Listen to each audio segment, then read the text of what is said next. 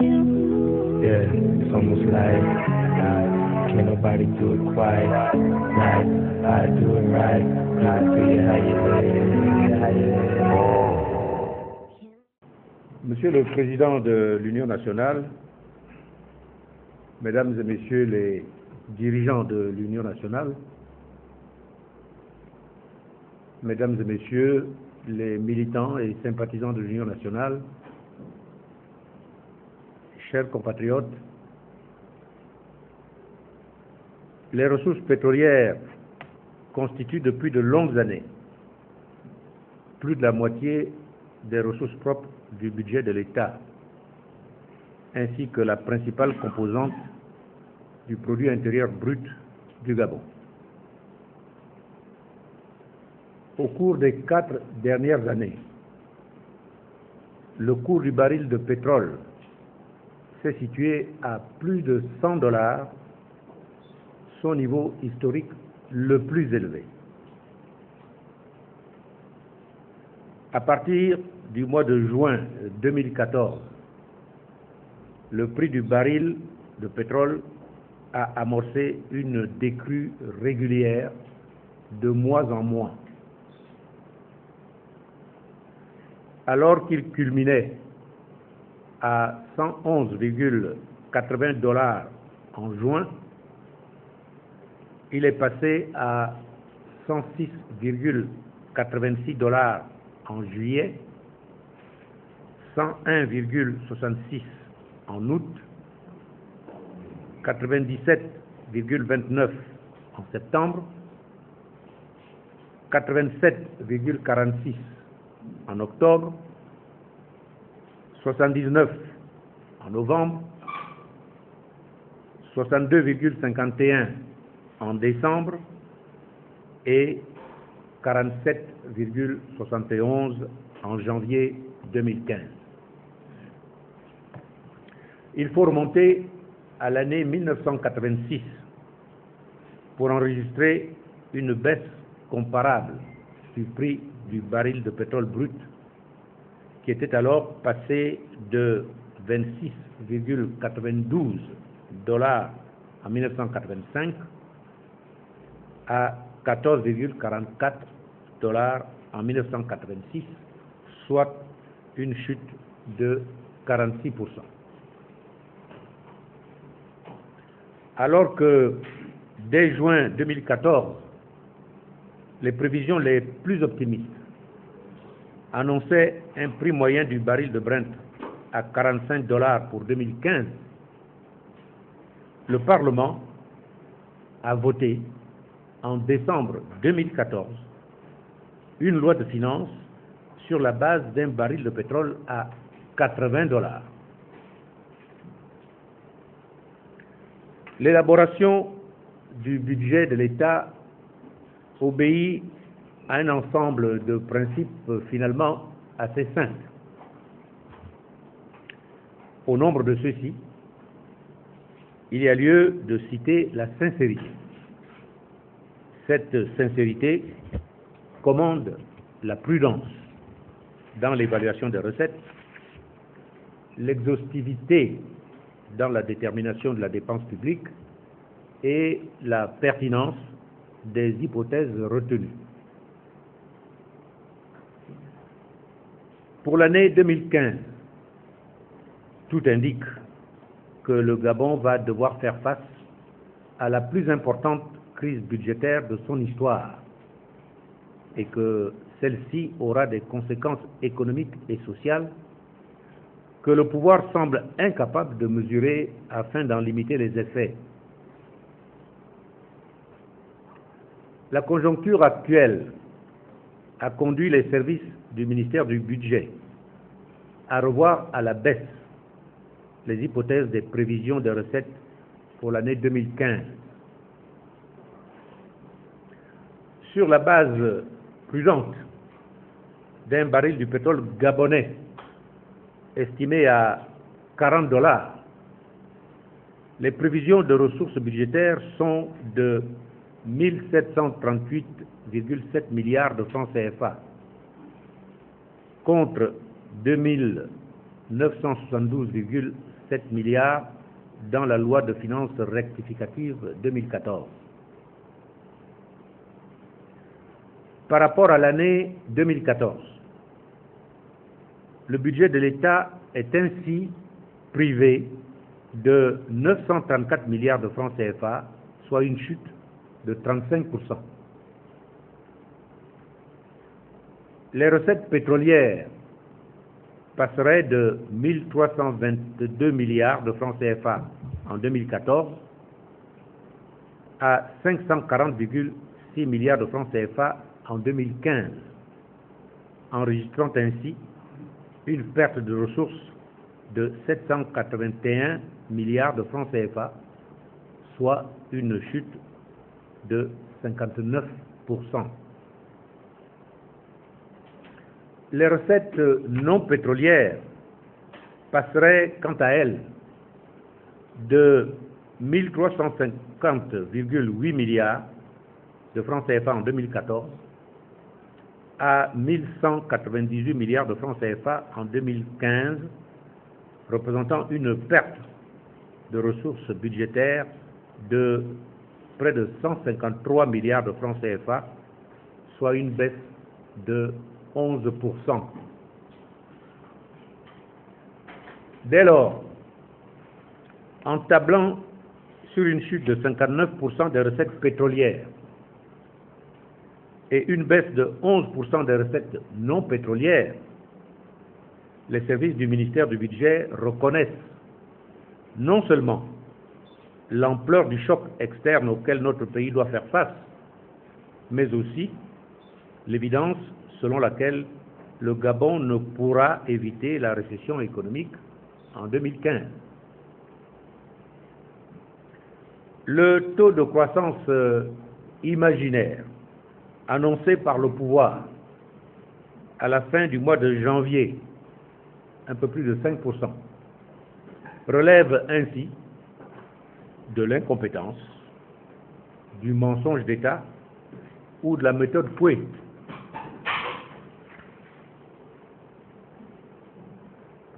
Le montant total des dépenses inscrites dans la loi de finances initiale pour 2015 est de 3 073,3 milliards de francs CFA, dont dette publique 841,5 milliards de francs CFA, salaires et rémunérations 732,7 milliards de francs CFA, biens et services 380 milliards de francs CFA, transferts et interventions 423,6 milliards de francs CFA, investissements 644 milliards de francs CFA, prêts, avances, dépôts et autres dépenses 10 milliards de francs CFA, comptes spéciaux du Trésor 42 milliards de francs CFA.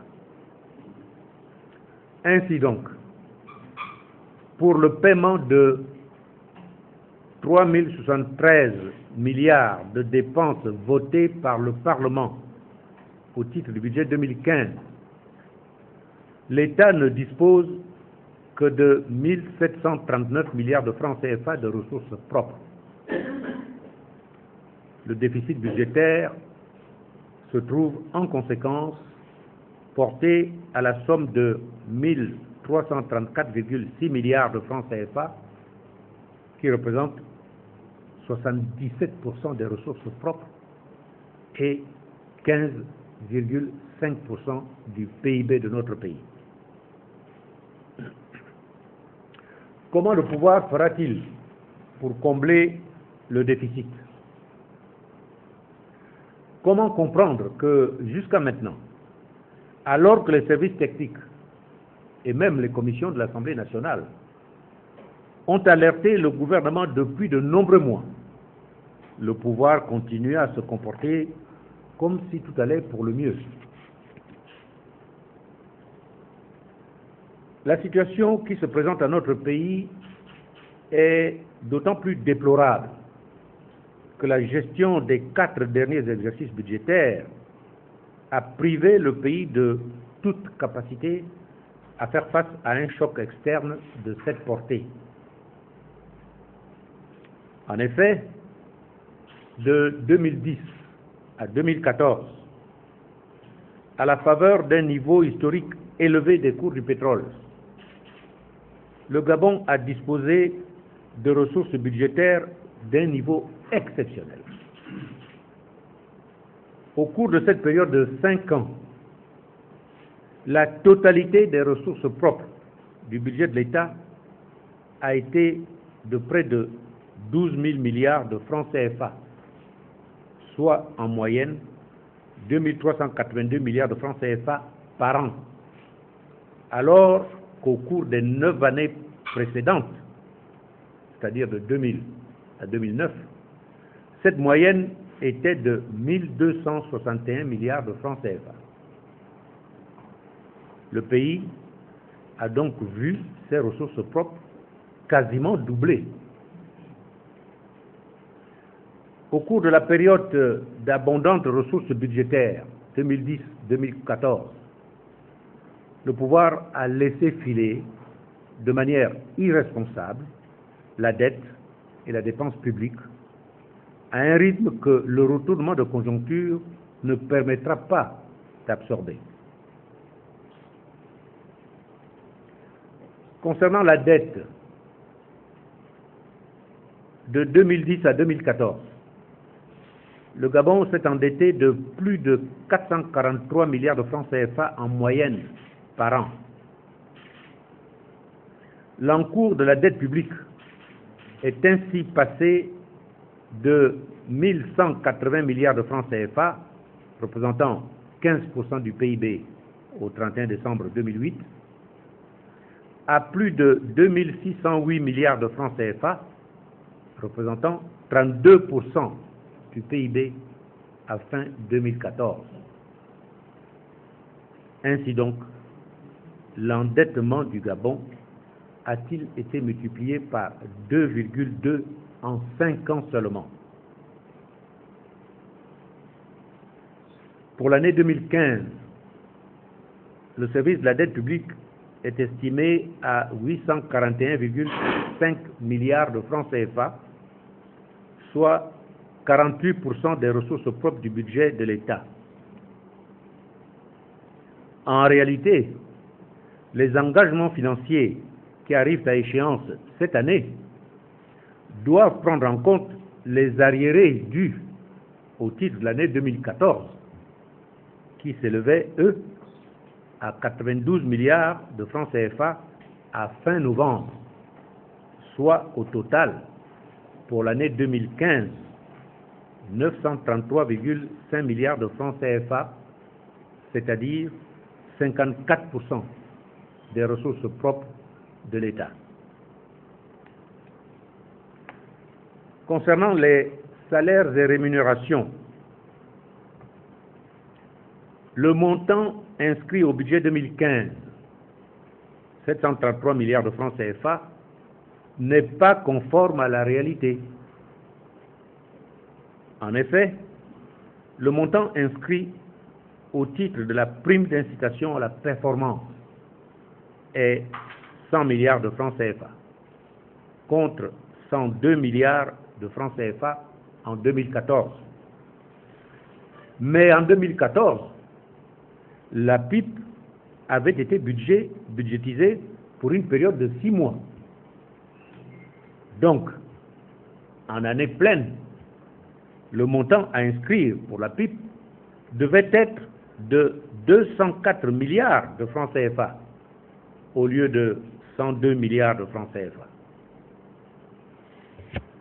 Sur le fondement de ce seul ajustement, il conviendrait de considérer que la masse salariale pour l'exercice budgétaire 2015 serait plutôt de 837 milliards de francs CFA. Pour l'exercice budgétaire 2009, à titre de rappel, les salaires et rémunérations, donc la masse salariale, inscrite au budget de l'État, représentaient 371 milliards de francs CFA, soit 30% des ressources propres, qui étaient alors de 1238 milliards de francs CFA. 6 ans plus tard, la masse salariale a plus que doublé, pour représenter 837 milliards de francs CFA, soit 48% des ressources propres, évaluées elles-mêmes à 1739 milliards de francs CFA. Les effectifs sont, quant à eux, passés de 70 000 agents annoncés lors du recensement de 2009 à 104 000 annoncés dans la loi de finances pour 2015, soit 34 000 agents supplémentaires en 5 ans, représentant une augmentation cumulée des effectifs de 49%. Il faut savoir aussi que ces recrutements additifs ont concerné principalement les forces de sécurité davantage que les administrations telles que la santé ou l'éducation. L'audit de la fonction publique, dont on attend toujours les conclusions, avait été, souvenez-vous-en, avait été abusivement présenté en 2009 comme inédit dans notre pays, alors que le Gabon en avait déjà réalisé 2 auparavant, sans en publier non plus les résultats. L'objectif proclamé par le pouvoir en annonçant cet audit était, je cite, le souci d'une nouvelle gouvernance privilégiant la compétence, le mérite et l'excellence, et en vue d'une meilleure efficacité de la dépense publique. Fin de citation. Nous étions loin d'imaginer que le résultat, 5 années plus tard, serait celui que nous constatons. Ainsi donc, les 1739 milliards de francs CFA de ressources propres du budget de l'État ne pourront pas suffire à absorber les 1770 milliards de francs CFA de dépenses obligatoires que constitue le service de la dette pour 933,5 milliards de francs CFA, les salaires et rémunérations pour 837 milliards de francs CFA. Concernant les biens et services, les dépenses au titre des achats de biens et de services pour le fonctionnement de l'État sont passées de 200 milliards de francs CFA environ en 2009 à 380 milliards de francs CFA dans le budget 2015, soit une augmentation de 90% en 6 ans.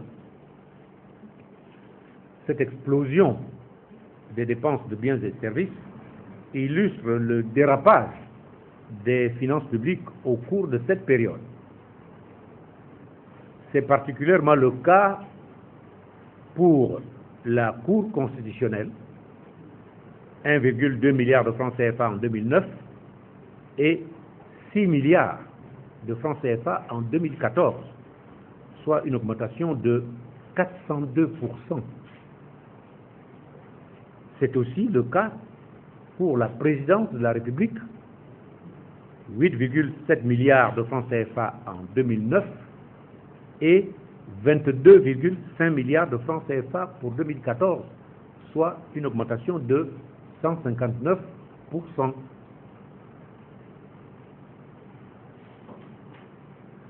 Concernant les transferts et interventions, alors que leur montant était de 213 milliards de francs CFA en 2009, les dépenses au titre des transferts et interventions, donc des subventions publiques, représentent 423,6 milliards de francs CFA dans le budget 2015. Le montant de cette catégorie de dépenses aura lui aussi plus que doublé en 6 ans. Cette explosion des dépenses de transferts et interventions résulte principalement du coût des subventions aux agences, les fameuses agences, dans le budget de l'État.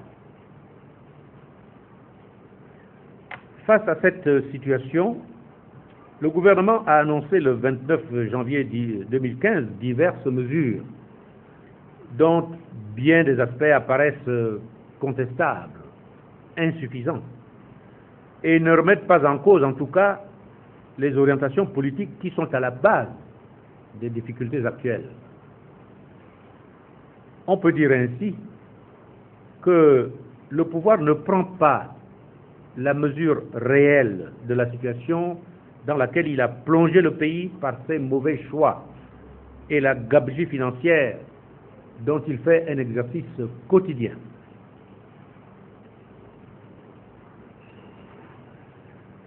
Depuis son établissement par la fraude et la force des armes, le pouvoir n'a eu de cesse de mentir au peuple gabonais et aux partenaires de notre pays sur la réalité de la situation de gestion de nos finances publiques. Depuis de nombreuses années, le budget n'est plus une réalité, mais une virtualité. Le vote de la loi de finances, l'exécution du budget de l'État, la tenue des comptes publics n'obéissent plus à aucune règle. La Cour des comptes est devenue l'ombre d'elle-même et ne remplit plus sa mission de contrôle de l'exécution du budget et de la gestion des deniers publics. En violation flagrante et constante de la Constitution, notamment en son article 48, la loi de règlement qui sanctionne, ou devrait sanctionner, la gestion du budget n'est plus jamais présentée au Parlement pour son adoption. En des termes très clairs, en matière de gestion des finances publiques, le Gabon est passé de l'état de droit à l'état de fait. Le constat est là. Il s'impose à nous. Le mécontentement est général. Il se traduit par des grèves dans pratiquement toute l'administration. Et le secteur privé n'est pas en reste. Les licenciements et mises en chômage technique se pratiquent en masse dans de nombreux secteurs de l'activité de production, notamment le BTP et le secteur pétrolier. Les entreprises et les travailleurs gabonais sont livrés à eux-mêmes, le pouvoir se révélant incapable d'apporter des réponses adéquates à cette situation dont il est en partie responsable. Il n'est pas peu de dire que le Gabon sombre dans l'incertitude et l'aventure.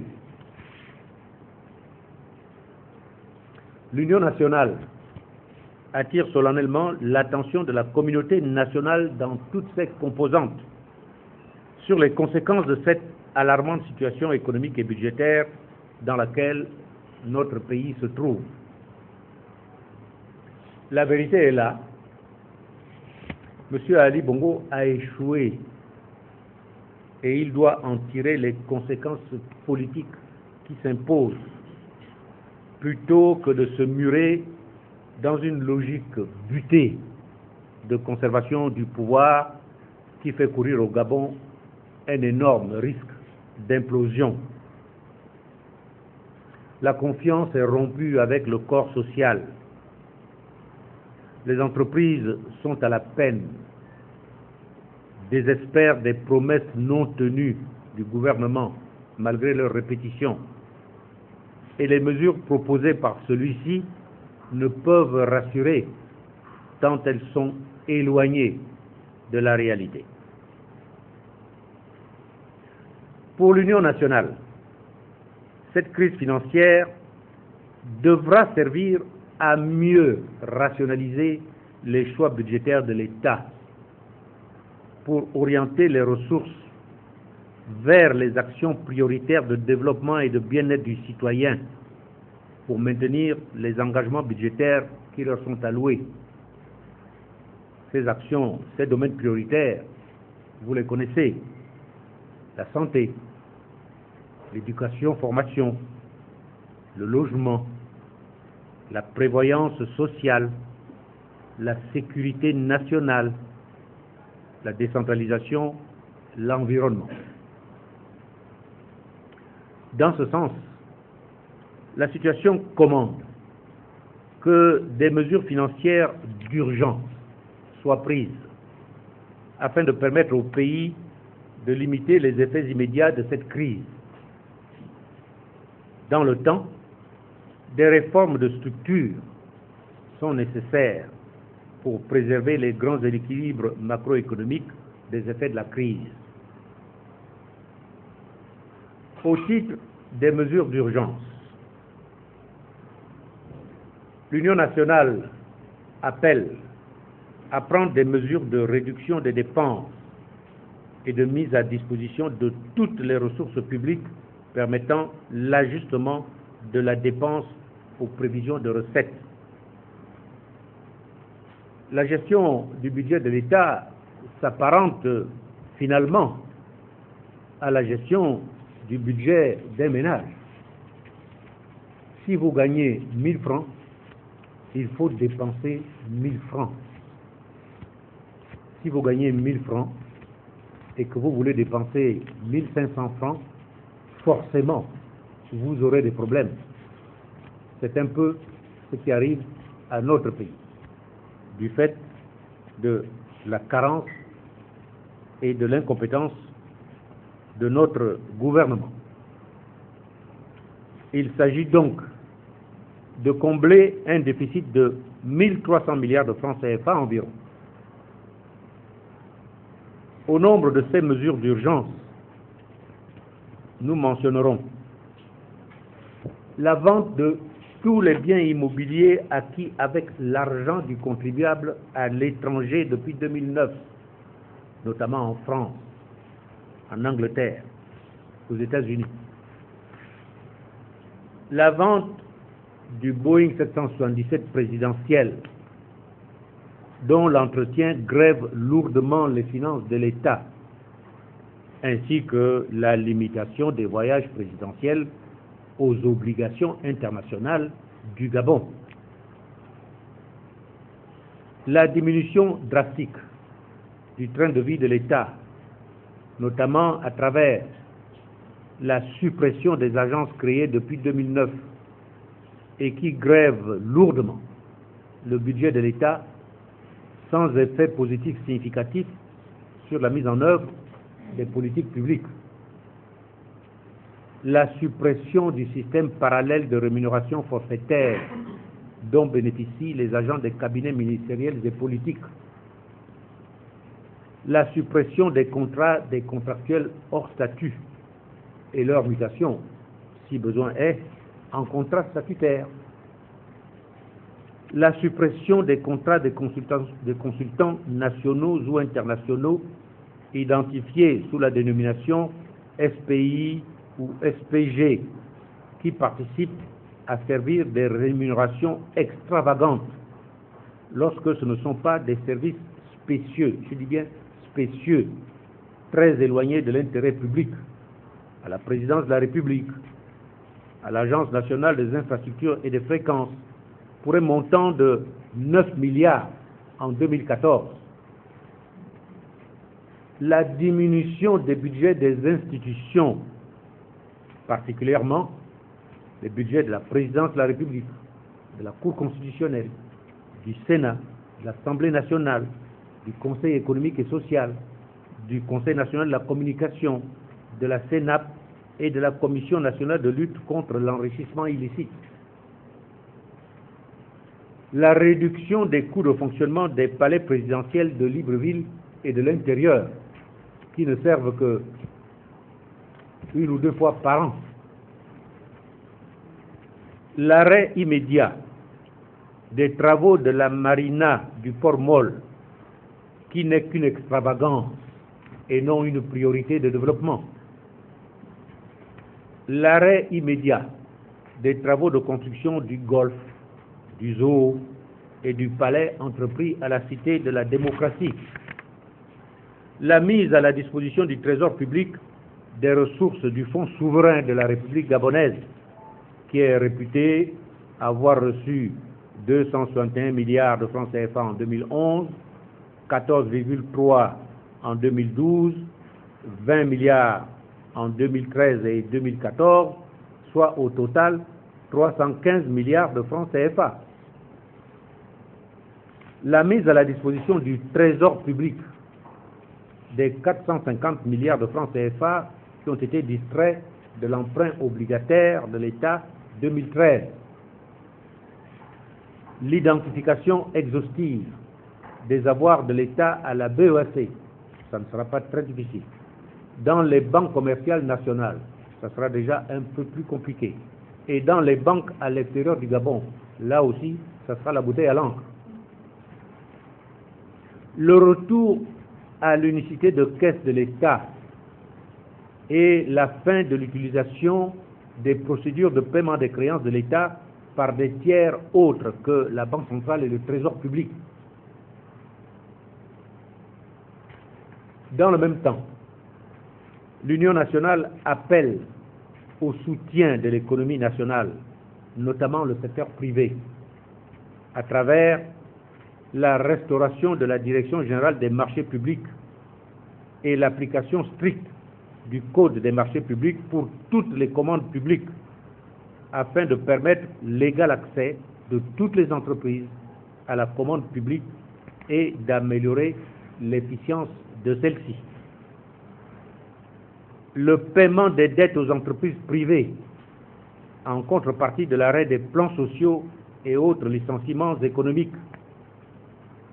L'appurement de tous les arriérés de paiement de l'État dus aux entreprises et qui sont en instance au Trésor. Le paiement immédiat de tous les remboursements de TVA dus aux entreprises. Le paiement des arriérés de la dette intérieure et le paiement à terme échu du service de la dette intérieure. Le soutien à l'activité des entreprises à travers la sécurisation des projets d'infrastructure sur financement extérieur.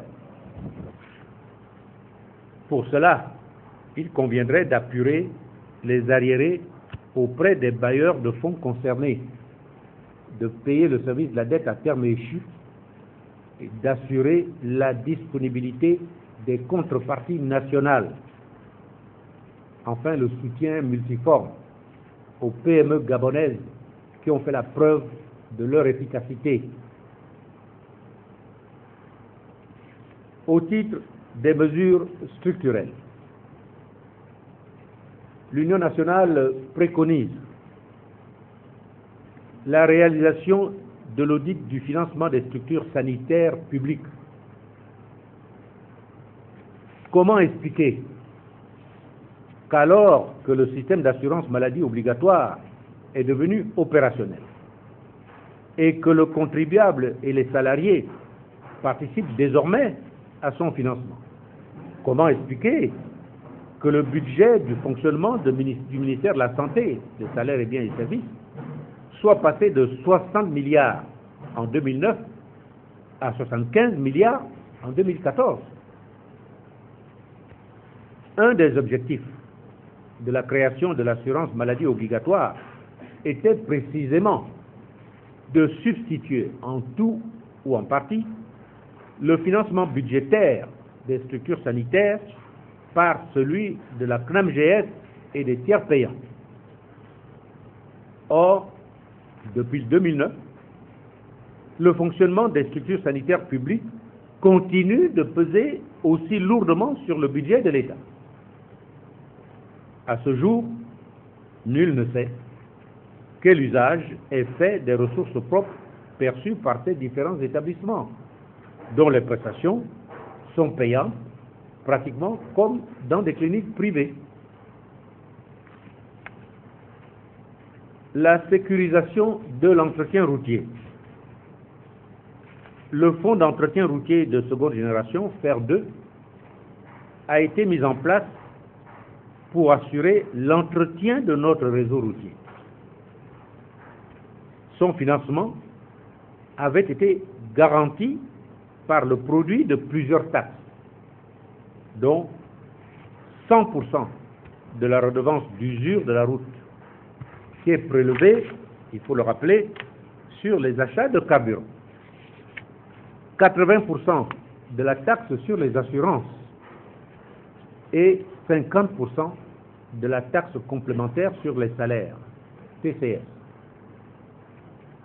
En 2014, le produit de la roue représentait 35 milliards de francs CFA. Celui de la taxe sur les assurances, 6 milliards de francs CFA. Et celui de la TCS, 35 milliards de francs CFA.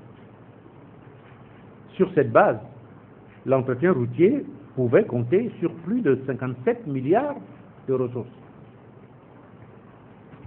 La dilution de l'activité spécifique d'entretien routier dans le fonds routier, puis la fusion de ce fonds routier avec la nébuleuse ANGT, Agence des grands travaux, sont de nature à mettre en péril l'entretien du réseau routier national pour servir les intérêts d'une structure, l'ANGT, qui a fait la preuve de son incompétence et de sa nuisance.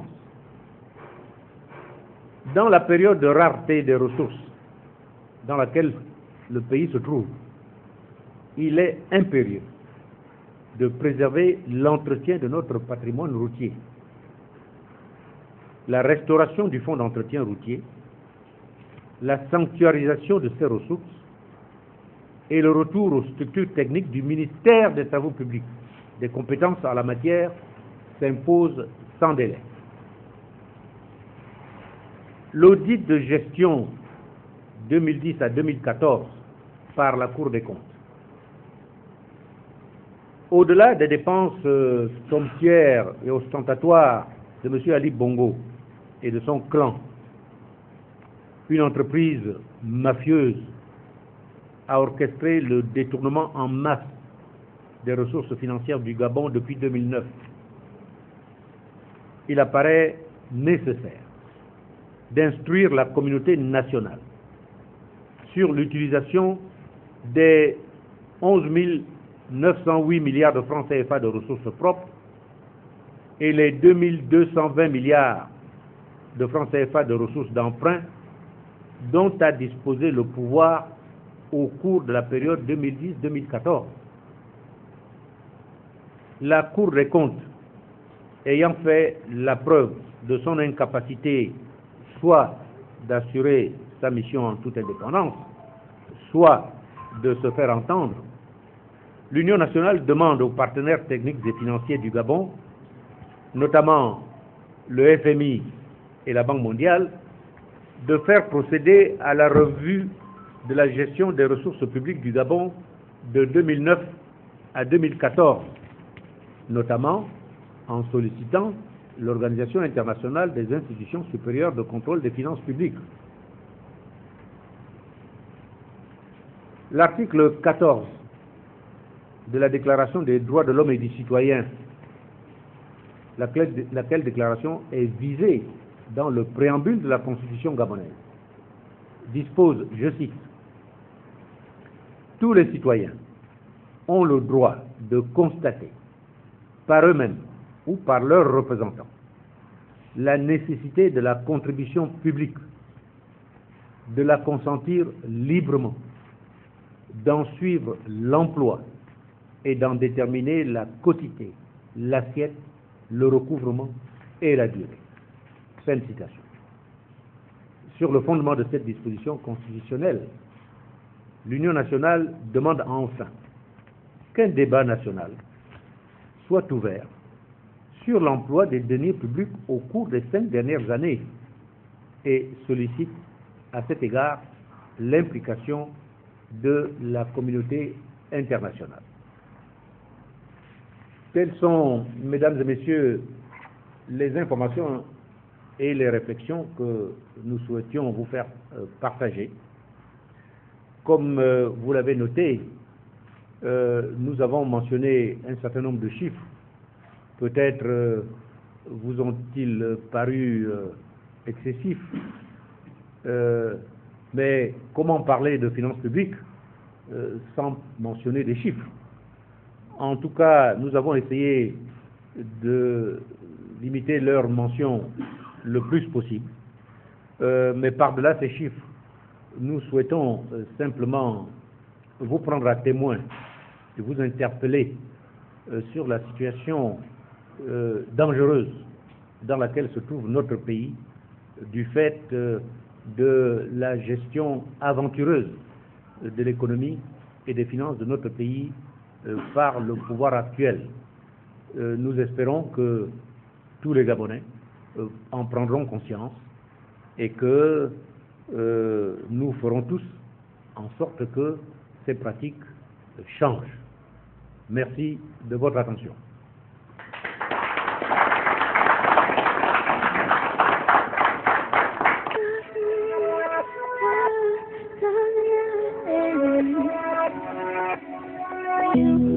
Yeah, it's almost like can't nobody do it quite like I do it right.